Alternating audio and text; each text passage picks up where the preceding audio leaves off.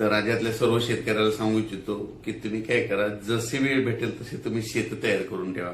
कारण की राज्यामध्ये आज 18 मे पासून तर 31 मे पर्यंत धो पाऊस पडणार आहे, मुसळधार पडणार आहे. म्हणून हा अंदाज लक्षात घ्यायचा. सांगायचं झालं तर पाऊस मुसळधार कसा असणार आहे, पहिल्यांदा मुसळधार पाऊस सांगतो. सुरुवातीला जास्त मुसळधार पाऊस मुंबईला जास्त पडणार आहे. म्हणून मुंबईकरांनी पहिल्या पावसामध्ये तुमचं जनजीवन विस्कळीत होणार आहे. म्हणून तुम्ही याची काळजी घ्यावी. कारण की 18 मे ते 30 मे दरम्यान मुंबईला अतिमुसळधार पाऊस पडणार आहे. म्हणून हे अंदाज लक्षात घ्या.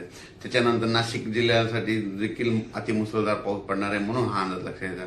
पुणे जिल्ह्याला देखील मुसळधार पाऊस पडणार आहे. कोल्हापूर जिल्हा, सातारा जिल्हा, सांगली जिल्हा, त्याच्यानंतर संपूर्ण कोकणपट्टी मुसळधार पाऊस पडणार आहे. म्हणजे 18 मे ते 30 मे दरम्यान. म्हणून त्यांनी सगळ्यांनी सतर्कतेची काळजी घ्यायची. आणि राज्यात सांगायचं झालं तर नगर जिल्ह्यात देखील मुसळधार पाऊस पडणार आहे, बीड जिल्ह्यात देखील पडणार आहे, त्याच्यानंतर संभाजीनगरला पडणार आहे, जळगावला पडणार आहे, त्याच्यानंतर जळगावला पडणार आहे, इकडं बुलढाणा, अकोला, अमरावती तिकडे देखील मुसळधार पाऊस पडणार.